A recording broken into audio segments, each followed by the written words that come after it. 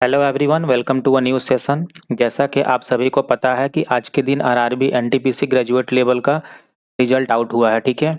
और साथ ही आयोग द्वारा सीबीटी 2 के एग्ज़ाम का डेट भी आउट कर दिया गया है, जो कि संभवतः 13 अक्टूबर को होना संभावित है, ठीक है। और इसी को देखते हुए हमने आपके लिए एक पीवाईक्यू सेशन बनाया है, ठीक है, जो कि आरआरबी एनटीपीसी सीबीटी 2 के क्वेश्चंस हैं। और ये क्वेश्चन जीके और जीएस के होने वाले हैं। और क्या होता है, पैटर्न सीबीटी 2 में टोटल 120 क्वेश्चन होते हैं 90 मिनट में, जो कि आपको अटेम्प्ट करने होते हैं, जिसमें कि जो 50 क्वेश्चन होते हैं ये जीके जीएस के होते हैं और 35 क्वेश्चन आपके रीजनिंग और मैथ्स के होते हैं, ठीक है। तो जो टोटल है क्वेश्चन जीके जीएस का ये है 50। तो ये जो मॉक टेस्ट होने वाला है आपका, ये टोटल 50 क्वेश्चंस का होगा, ठीक है। और आप इस मॉक टेस्ट में कितने नंबर प्राप्त किए हैं लास्ट में अपने स्कोर को ज़रूर कमेंट बॉक्स में शेयर करें। साथ ही इस सेशन का पीडीएफ आप हमारे Telegram channel study with Ankit Singh से डाउनलोड कर सकते हैं, जिसका लिंक डिस्क्रिप्शन बॉक्स में दिया हुआ है। तो चलिए स्टार्ट करते हैं मॉक टेस्ट आज का, ठीक है। आज का फर्स्ट क्वेश्चन है, Bama Bodhini Patrika a journal for women was edited by. Bama Bodhini Patrika जो महिलाओं के लिए एक पत्रिका थी, इसका संपादन किसने किया था? आपके ऑप्शंस हैं उमेश चंद्र दत्त, दूसरा है स्वामी विवेकानंद, तीसरा है देवेंद्रनाथ टैगोर और चौथा है राजा राम मोहन रॉय ने, ठीक है।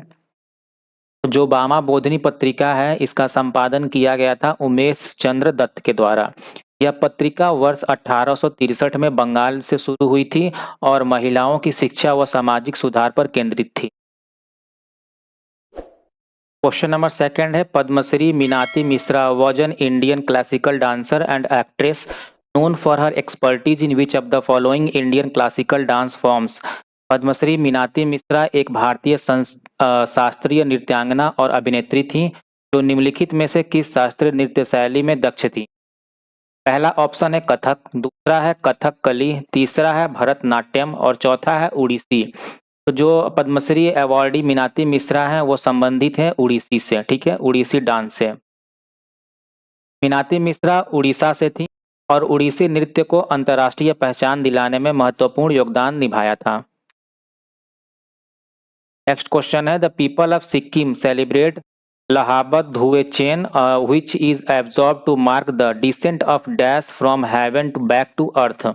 सिक्किम के लोग लहाबत धुएचेन त्योहार किसके स्वर्ग से धरती पर लौटने की स्मृति में मनाते हैं? आपके ऑप्शन है, पहला भगवान विष्णु, दूसरा है भगवान बुद्ध, तीसरा है भगवान शिव और चौथा है भगवान महावीर। तो ये त्योहार सिक्किम में मनाया जाता है भगवान बुद्ध के उपलक्ष्य में, ठीक है। यह पर्व इस विश्वास पर आधारित है कि भगवान बुद्ध अपनी माता को उपदेश देने के बाद स्वर्ग से धरती पर लौटेंगे। नेक्स्ट है, which ceremonial folk dance of Puducherry is related to Hindu epic Ramayana performed at the Villianur temple in Puducherry. Puducherry का कौन सा अनुष्ठानिक लोक नृत्य रामायण से संबंधित है और विलियनूर मंदिर में प्रस्तुत किया जाता है? पहला है गराडी, दूसरा है हुलीवेस, तीसरा है डाल खाई और चौथा है टिप्पणी। तो ये त्योहार मनाया जाता है गराडी, ठीक है। गराड़ी नृत्य वानर सेना के रूप में प्रस्तुत किया जाता है और इसमें तालवाद्य का विशेष महत्व है। नेक्स्ट क्वेश्चन है, which of the following characters is used to create absolute address in MS Excel. MS Excel में पूर्ण पता बनाने के लिए निम्नलिखित में से किस चिन्ह का प्रयोग किया जाता है? पहला है डॉलर चिन्ह, दूसरा है एम्परसैंड, तीसरा है परसेंटेज और चौथा है हैच। तो ये यूज किया जाता है डॉलर साइन का, ठीक है।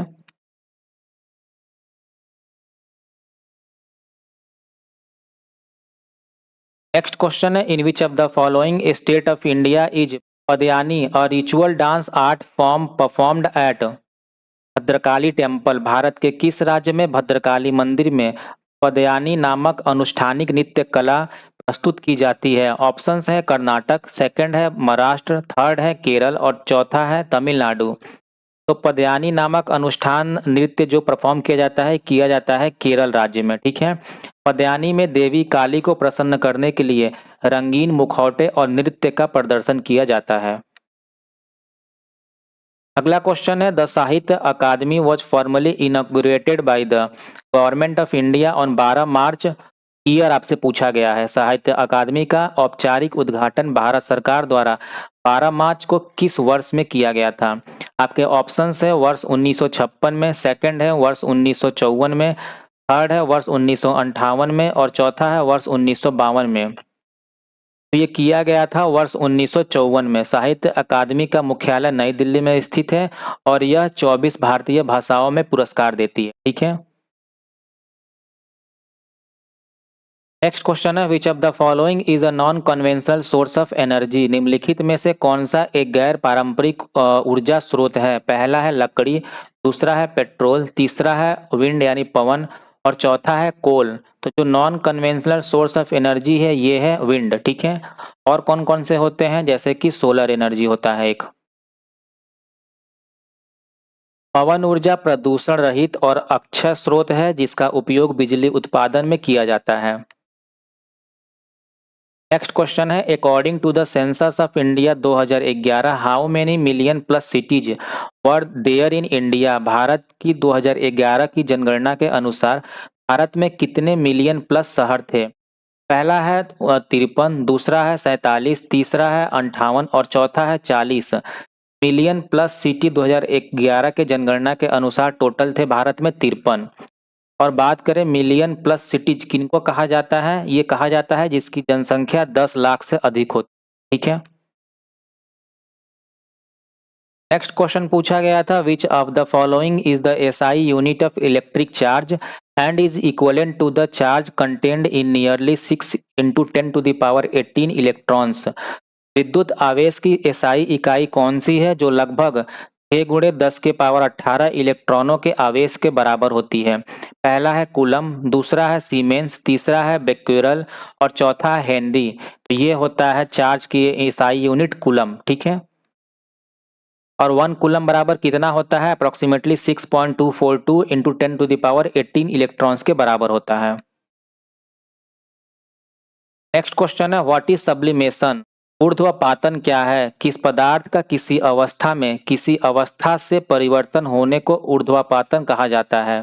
पहला ऑप्शन है change of a substance from gas to liquid directly, gas से सीधे द्रव्य में परिवर्तन। सेकंड ऑप्शन है change of a substance from gas to solid directly, gas से सीधे ठोस में परिवर्तन।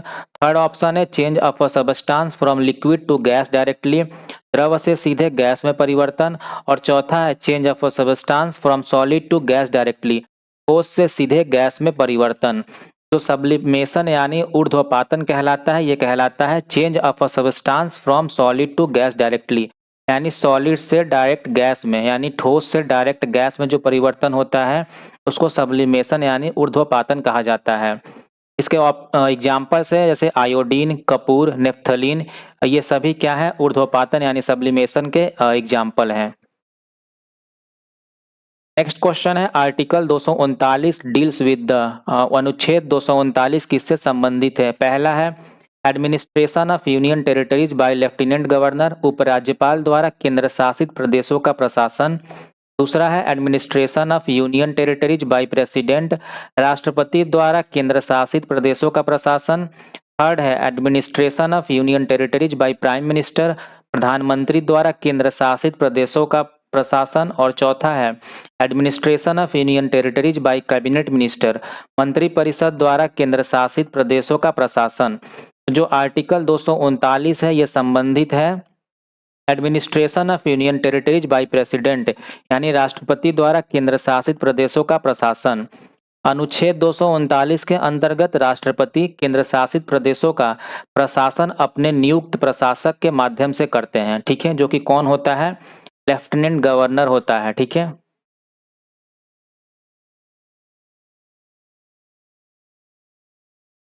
नेक्स्ट है which of the following is the oldest production unit of the Indian railway? निम्नलिखित में से भारतीय रेलवे की सबसे पुरानी उत्पादन इकाई कौन सी है? आपके ऑप्शन से पहला है रेल व्हील फैक्ट्री, दूसरा है इंटीग्रल कोच फैक्ट्री, तीसरा है डीजल लोकोमोटिव वर्क और चौथा है चितरंजन लोकोमोटिव वर्क्स। तो भारतीय रेलवे का सबसे पुराना उत्पादन इकाई है चितरंजन लोकोमोटिव वर्क्स। ठीक है। और इसकी स्थापना कब हुई थी? वर्ष 1950 में पश्चिम बंगाल में की गई थी। नेक्स्ट क्वेश्चन है the central pollution control board यानी CPCB was setup bye the government of India in the year dash. केंद्रीय प्रदूषण नियंत्रण बोर्ड यानी CPCB की स्थापना किस वर्ष की गई थी? आपके ऑप्शन है वर्ष 1974 में, वर्ष 1956 में, वर्ष 1947 में, वर्ष 1965 में। तो CPCB की स्थापना की गई थी वर्ष 1974 में, ठीक है। CPCB का गठन जल प्रदूषण निवारण एवं नियंत्रण अधिनियम 1974 के अंतर्गत की गई थी। अगला क्वेश्चन है the fundamental duties were added to the constitution of India in the year dash. Bharat के संविधान में मौलिक कर्तव्यों को किस वर्ष जोड़ा गया था? आपके ऑप्शन है 1966 में, 1986 में, 1996 में, 1976 में। तो फंडामेंटल ड्यूटीज को जोड़ा गया था 1976 में 42वें संविधान संशोधन के तहत। इसमें भाग 4A और अनुच्छेद 51A को जोड़ा गया था। नेक्स्ट क्वेश्चन है which of the following enzyme is used in the stabilization of rice bran oil. चावल की भूसी के तेल को स्थिर करने के लिए कौन सा एंजाइम प्रयोग होता है? पहला है हाइड्रोलेज, दूसरा है कैटेलेज, तीसरा है लिपेज और चौथा है सेल्यूलेज। तो ये यूज किया जाता है लाइपेज का, ठीक है। Lipase enzyme rice bran oil को खराब होने से रोकने में मदद करता है। नेक्स्ट क्वेश्चन है which of the following can be defined as the process in which the government sells a majority of stake in one or more companies but still retain ownership as a minority stakeholder। निम्न में से किसे उस प्रक्रिया के रूप में परिभाषित किया जा सकता है जिसमें सरकार एक या अधिक कंपनियों की अधिकांश हिस्सेदारी बेचती है लेकिन अल्पसंख्यक हिस्सेदारी रखती है? पहला ऑप्शन है डाइवेस्टमेंट यानी स्वत्वमोचन यानी विनिवेश, सेकंड है डिस्प्लेसमेंट यानी विस्थापन, थर्ड है डेलीगेशन यानी प्रतिनिधान या फिर प्रत्यायोजन और फोर्थ है डाइवर्जेंस यानी अपसरण या विचलन। तो ये कहलाता है डाइवेस्टमेंट यानी स्वत्वमोचन। भारत में विनिवेश नीति वर्ष 1991 की आर्थिक उदारीकरण नीति के बाद से लागू हुई, ठीक है। नेक्स्ट क्वेश्चन है which of the following has a 4 chambered heart. निम्नलिखित में से किसका हृदय 4 कक्षों वाला होता है? पहला ऑप्शन है पीकॉक यानी मोर, दूसरा ऑप्शन है सी हॉर्स, तीसरा ऑप्शन है फ्रॉग और चौथा ऑप्शन है मछली यानी फिश। ये होता है मोर का। पक्षियों और स्तनधारियों का हृदय 4 कक्षों वाला होता है जबकि उभचर यानी जो एम्फीबियन होते हैं और सरीसृप यानी जो रेप्टाइल्स होते हैं इनका जो हार्ट होता है ये होता है 3 कक्षी। नेक्स्ट क्वेश्चन है the first ever industrial policy resolution of India was announced in the year dash. Bharat की पहली औद्योगिक नीति घोषणा किस वर्ष की गई थी? आपके ऑप्शन है 1952, सेकंड है 1955, थर्ड है 1948 और फोर्थ है 19। तो जो इंडस्ट्रियल पॉलिसी रेजोल्यूशन है भारत में ये किया गया था अनाउंस वर्ष 1948 में। इस नीति में मिश्रित अर्थव्यवस्था यानी मिक्स्ड इकोनॉमी की नींव रखी गई थी, ठीक है। नेक्स्ट क्वेश्चन है dash is an order issued by a higher court to a lower court tribunal या फिर public authorities to perform its duty if it is failing to do so. Dash वह आदेश है जो एक उच्च न्यायालय द्वारा अधीनस्थ न्यायालय या फिर प्राधिकरण को अपने कर्तव्य का निर्वहन करने हेतु दिया जाता है। फर्स्ट है हिबियस कॉर्पस यानी बंदी प्रत्यक्षीकरण, दूसरा है मंडामस यानी परमादेश, थर्ड है उत्प्रेषण और चौथा है अधिकार परीक्षा, ठीक है।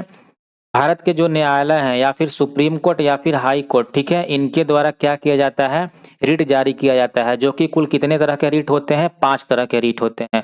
और ये कौन कौन से 5 तरह के रिट होते हैं? पहला होता है बंदी प्रत्यक्षीकरण, दूसरा होता है परमादेश, तीसरा होता है उत्प्रेषण, चौथा होता है अधिकार परीक्षा और एक होता है प्रतिषेध, ठीक है। जो हमारा सुप्रीम कोर्ट है ये आर्टिकल 32 के तहत रिट जारी करता है और जो हाई कोर्ट है इंडिया का ये आर्टिकल 226 के तहत रिट जारी करता है। तो जो उच्च न्यायालय द्वारा अपने अधीनस्थ न्यायालय या प्राधिकरण को कर्तव्य का निर्वहन करने हेतु जो अध्यादेश जारी किया जाता है, आदेश जारी किया जाता है उसको कहा जाता है परमादेश, ठीक है। मैंडामस का शाब्दिक अर्थ यानी परमादेश का शाब्दिक अर्थ होता है वी कमांड, हम आदेश देते हैं, ठीक है। तो आपका सही जवाब हो जाएगा सेकंड। नेक्स्ट क्वेश्चन है on dash the constituent assembly set up a drafting committee under the chairmanship of doctor B R. Ambedkar to prepare a draft constitution for India. Dash को भारत की संविधान सभा ने डॉक्टर बी.आर. अम्बेडकर की अध्यक्षता में प्रारूप समिति गठित की थी। आपके ऑप्शंस हैं 29 अगस्त वर्ष 1947, सेकंड है 20 अगस्त वर्ष 1947, थर्ड है 18 अगस्त वर्ष 1947 और फोर्थ है 25 अगस्त वर्ष 1947। तो ये बनाया गया था 29 अगस्त वर्ष 1947 को। प्रारूप समिति में कुल 7 सदस्य थे, जिनमें डॉक्टर बी.आर. अम्बेडकर क्या थे? अध्यक्ष। नेक्स्ट क्वेश्चन है Allah Rakha Qureshi popularly known as Allah Rakha is an Indian dash player. Allah Rakha Qureshi, जिन्हें अल्लाह रखा के नाम से जाना जाता है, एक भारतीय डैश वादक हैं। आपके ऑप्शन हैं वीणा, सेकंड है ढोलक, थर्ड है तबला, फोर्थ है सितार। तो जो अल्लाह कुरैशी हैं ये किसके वादक हैं? ये है तबला वादक, ठीक है। अल्लाह रखा पंडित रविशंकर के साथ प्रसिद्ध जुगलबंदी के लिए जाने जाते हैं। नेक्स्ट क्वेश्चन है the marginal propensity to consume MPC refers to the सीमांत उपभोग प्रवृत्ति। एमपीसी का अर्थ है, आपके फर्स्ट ऑप्शन है rate of change of consumption as income changes, आय में परिवर्तन के अनुसार उपभोग में परिवर्तन की दर। सेकंड है savings per unit of income, प्रति इकाई आय पर बचत। थर्ड है कंजम्पशन पर यूनिट ऑफ इनकम, प्रति इकाई आय पर उपभोग। और फोर्थ है change in savings per unit change in income, आय में प्रति इकाई परिवर्तन पर बचत में परिवर्तन। जो एमपीसी होता है ये होता है rate of change of consumption as income changes, यानी आय में परिवर्तन के अनुसार उपभोग में परिवर्तन की दर, ठीक है। तो आपका ऑप्शन फर्स्ट बिल्कुल सही है। और एमपीसी की जो वैल्यू होती है वो हमेशा 0 और 1 के बीच होती है, ठीक है। नेक्स्ट क्वेश्चन है Nile river was known as the backbone of which country. Nile नदी किस देश की रीढ़ की हड्डी मानी जाती है? पहला है सूडान, दूसरा है इजिप्ट, तीसरा है सऊदी अरब और चौथा है मोरक्को। तो जो नील नदी है ये किसकी? इजिप्ट यानी मिस्र की रीढ़ मानी जाती है, बैकबोन मानी जाती है, ठीक है। नील नदी को गिफ्ट ऑफ इजिप्ट भी कहा जाता है क्योंकि इसने प्राचीन मिस्र सभ्यता को विकसित किया था। अगला क्वेश्चन है which of the following works of Kalidas is based on the contest of birth of Kartikeya the son of Lord Shiva and goddess Parvati. Kalidas की निम्नलिखित में से कौन सी कृति भगवान शिव और पार्वती के पुत्र कार्तिकेय के जन्म से संबंधित है? पहला ऑप्शन है मेघदूत, दूसरा है रघुवंश, तीसरा है कुमार संभव और चौथा है ऋतु संहार। जो कार्तिकेय से संबंधित है इनका रचना वो है कुमार संभव। नेक्स्ट क्वेश्चन है which of the following internet protocols allow us to access the data over the world wide web यानी WWW पर। निम्नलिखित में से कौन सा इंटरनेट प्रोटोकॉल हमें वर्ल्ड वाइड वेब पर डेटा एक्सेस करने की अनुमति देता है? पहला है डीएनएस, सेकंड ऑप्शन है एसएनएम, थर्ड ऑप्शन है एचटीटीपी और फोर्थ ऑप्शन है एफटीपी। तो ये हमें देता है एक्सेस करने की अनुमति एचटीटीपी के द्वारा, ठीक है। और एचटीटीपी की फुल फॉर्म क्या है? Hypertext transfer protocol. Next question है the Champaran Satyagraha took place in the year dash. Champaran Satyagraha किस वर्ष हुआ था? ऑप्शन है 1915 में, सेकंड है 1910 में, थर्ड है 1912 में और फोर्थ है 1917 में। चंपारण सत्याग्रह वर्ष 1917 में किया गया था, ठीक है। यह महात्मा गांधी का भारत में पहला सत्याग्रह आंदोलन था जो नील किसानों के शोषण के खिलाफ हुआ था, ठीक है।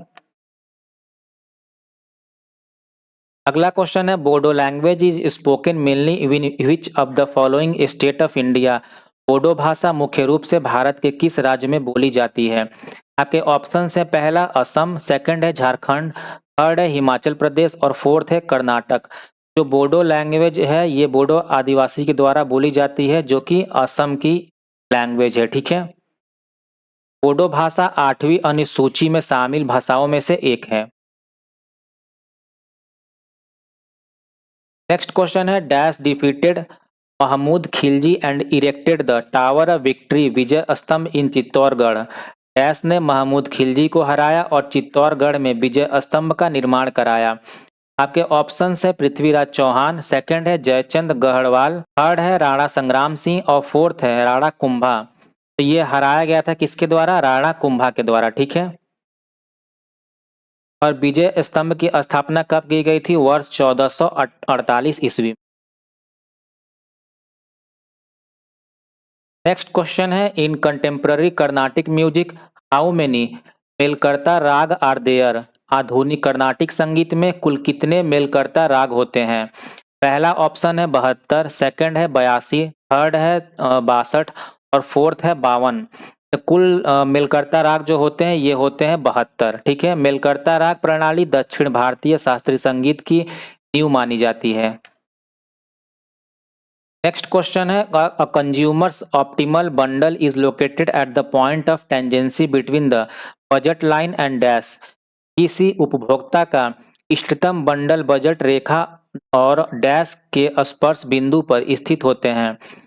फर्स्ट ऑप्शन है इंडिफरेंस कर्व यानी उदासीनता वक्र, सेकंड है लॉ ऑफ डिमांड यानी मांग का नियम, थर्ड है इनकम इफेक्ट यानी आय प्रभाव और फोर्थ है मोनोटोनिसिटी यानी एकरूपता।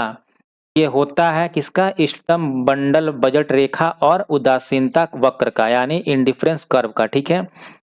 उपभोक्ता संतुलन तब प्राप्त करता है जब बजट रेखा और उदासीनता वक्र एक दूसरे को स्पर्श करते हैं।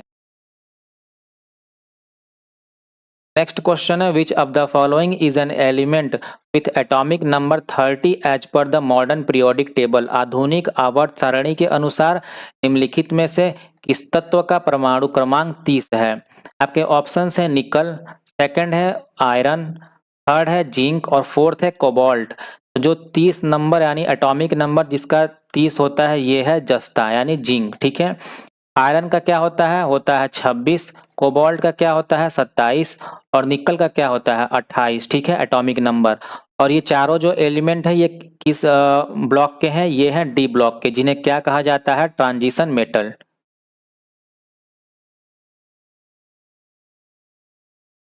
नेक्स्ट क्वेश्चन है in Vaishnavism how many avatars or incarnations of deity were recognized. वैष्णव धर्म में देवता के कितने अवतारों को मान्यता दी गई है? तो ये दी गई है कुल 10 विष्णु अवतार, ठीक है। भगवान विष्णु के 10 अवतारों को दशावतार कहा जाता है। नेक्स्ट क्वेश्चन है Majuli the largest riverine island in the world is associated with which of the following river. Majuli जो विश्व का सबसे बड़ा नदी द्वीप है इस नदी से संबंधित है। पहला है ब्रह्मपुत्र, दूसरा है गंगा, तीसरा है इंदस और चौथा है गोदावरी। तो ये किसकी लार्जेस्ट रिवराइन आइलैंड है माजुली? ये है ब्रह्मपुत्र नदी की। और किस राज्य में ये स्थित है? असम राज्य में, ठीक है। नेक्स्ट क्वेश्चन है who appoints the union council of ministers. केंद्रीय मंत्रिपरिषद की नियुक्ति कौन करता है?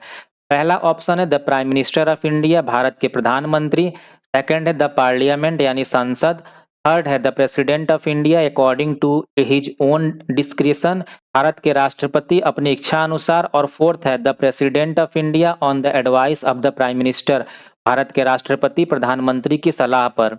तो केंद्रीय मंत्रिपरिषद की नियुक्ति किया जाता है भारत के राष्ट्रपति द्वारा प्रधानमंत्री के सलाह पर, ठीक है।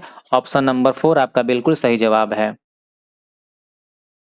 नेक्स्ट क्वेश्चन है the IPCC is the united nation body for assessing the science related to climate change. IPCC stands for, इसका फुल फॉर्म पूछा गया है आपसे। आईपीसीसी संयुक्त राष्ट्र की संस्था है जो जलवायु परिवर्तन से संबंधित विज्ञान का आकलन करती है। आईपीसीसी का पूरा नाम क्या है? पहला ऑप्शन है inter governmental provision on climate change, जलवायु परिवर्तन पर अंतर सरकारी प्रावधान है। सेकंड है international panel on climate change यानी जलवायु परिवर्तन पर अंतर्राष्ट्रीय पैनल है। थर्ड है international provision on climate change यानी जलवायु परिवर्तन पर अंतर्राष्ट्रीय प्रावधान है। और फोर्थ है inter governmental panel on climate change यानी जलवायु परिवर्तन पर अंतर सरकारी पैनल है। आईपीसीसी का फुल फॉर्म है inter governmental panel on climate change, यानी जलवायु परिवर्तन पर अंतर सरकारी पैनल है और इसकी स्थापना वर्ष 1988 में यूएन और डब्ल्यूएमओ ने मिलकर की थी। ठीक है, नेक्स्ट क्वेश्चन है according to the census of India 2011 in which of the following states was scheduled caste population not recorded. Bharat की 2011 की जनगणना के अनुसार निम्नलिखित में से किस राज्य में अनुसूचित जाति की जनसंख्या दर्ज नहीं की गई थी।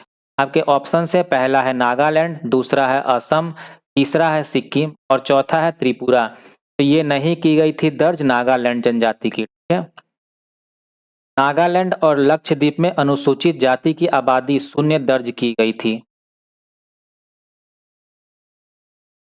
नेक्स्ट क्वेश्चन है who among the following is an Indian tabla virtuoso composer percussionist music producer and film actor who was awarded the Padmashri in वर्ष 1988 and the Padma Bhushan in 2002।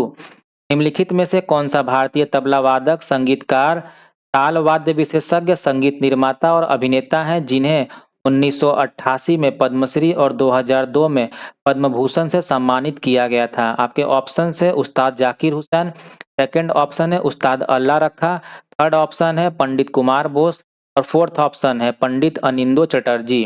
तो ये है आपके उस्ताद जाकिर हुसैन। ठीक है, जाकिर हुसैन अंतर्राष्ट्रीय स्तर पर सबसे प्रसिद्ध तबला वादकों में से एक हैं। नेक्स्ट क्वेश्चन है which of the following neighbouring countries of India has the smallest area. Bharat के पड़ोसी देशों में से किसका क्षेत्रफल सबसे छोटा है। तो पहला ऑप्शन है म्यांमार, सेकंड ऑप्शन है भूटान, थर्ड ऑप्शन है नेपाल और फोर्थ ऑप्शन है पाकिस्तान।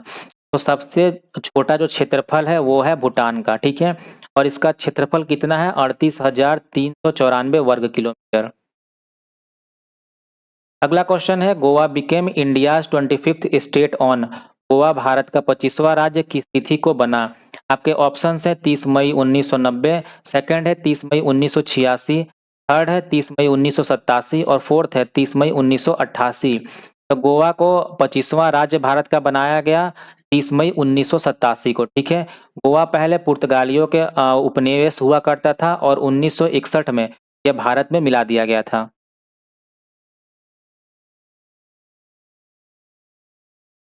नेक्स्ट क्वेश्चन है which of the following river originates in our neighbouring country Nepal. निम्नलिखित में से कौन सी नदी हमारे पड़ोसी देश नेपाल से निकलती है। पहला है सिंधु, दूसरा है गंगा, तीसरा है ब्रह्मपुत्र और चौथा है राप्ती।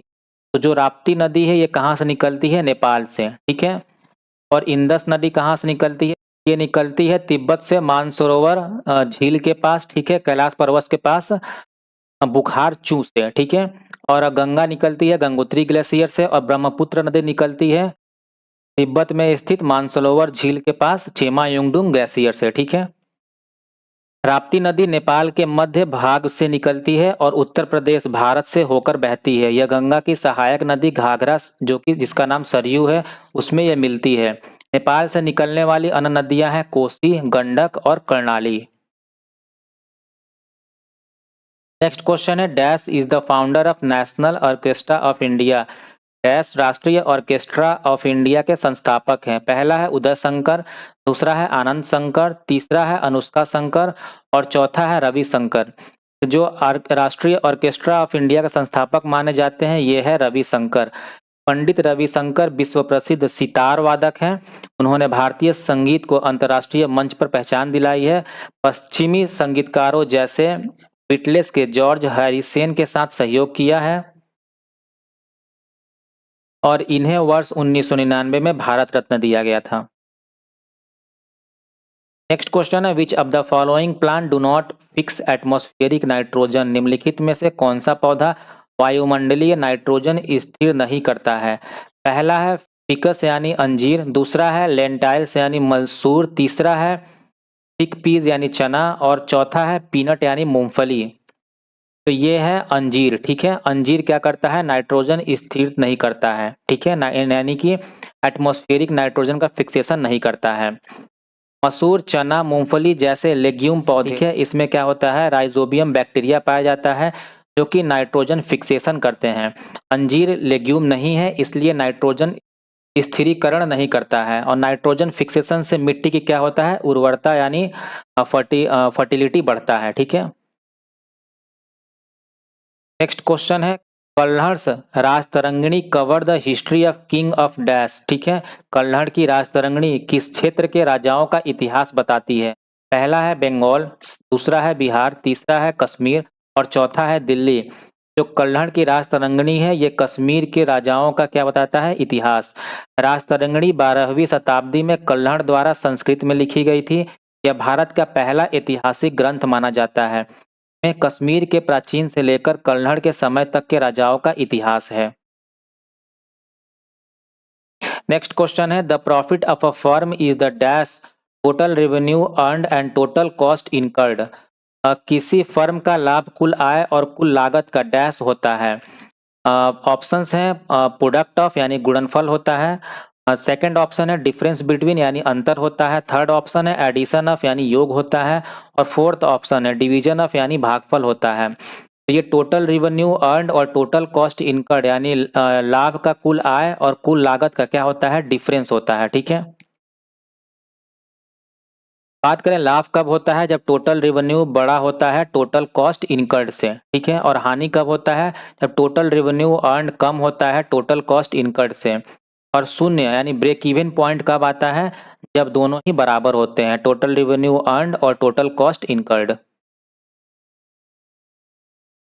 नेक्स्ट क्वेश्चन है, Konark sun temple was built in the dash. Konark का सूर्य मंदिर किस शताब्दी में बनाया गया था? आपके ऑप्शन है 10वीं शताब्दी में, 12वीं शताब्दी में, 13वीं शताब्दी में या फिर 11वीं शताब्दी में। तो ये बनाया गया था 13वीं शताब्दी में। उड़ीसा के कोणार्क में राजा नरसिंह देव प्रथम ने 13वीं शताब्दी में यह बनवाया था। इसे ब्लैक पगोड़ा भी कहा जाता है। रथ के आकार का मंदिर, 24 पहिए और 7 घोड़े दर्शाए गए हैं।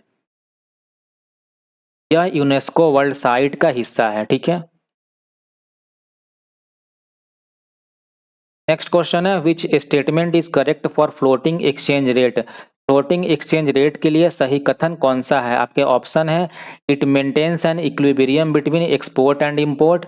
ठीक है, सेकंड है, it determines by the market force of demand and supply. Third है, it reduces the foreign exchange, और फोर्थ है, it records international transaction of assets. तो फ्लोटिंग एक्सचेंज रेट का सही कथन है, it determines by the market forces of demand and supply. Floating exchange rate में मुद्रा का मूल्य मांग और आपूर्ति से तय होता है। सरकार या आरबीआई का सीधा हस्तक्षेप नहीं होता है। अमेरिका और यूरोप की मुद्राएं इसी व्यवस्था से चलती हैं। नेक्स्ट क्वेश्चन है, hepatitis A is an inflammation of the dash. Hepatitis A से डैश की सूजन होती है। ऑप्शन है यकृत यानी लीवर, सेकंड है ब्रेन यानी मस्तिष्क, थर्ड है हृदय यानी हार्ट, और फोर्थ है गुर्दा यानी किडनी।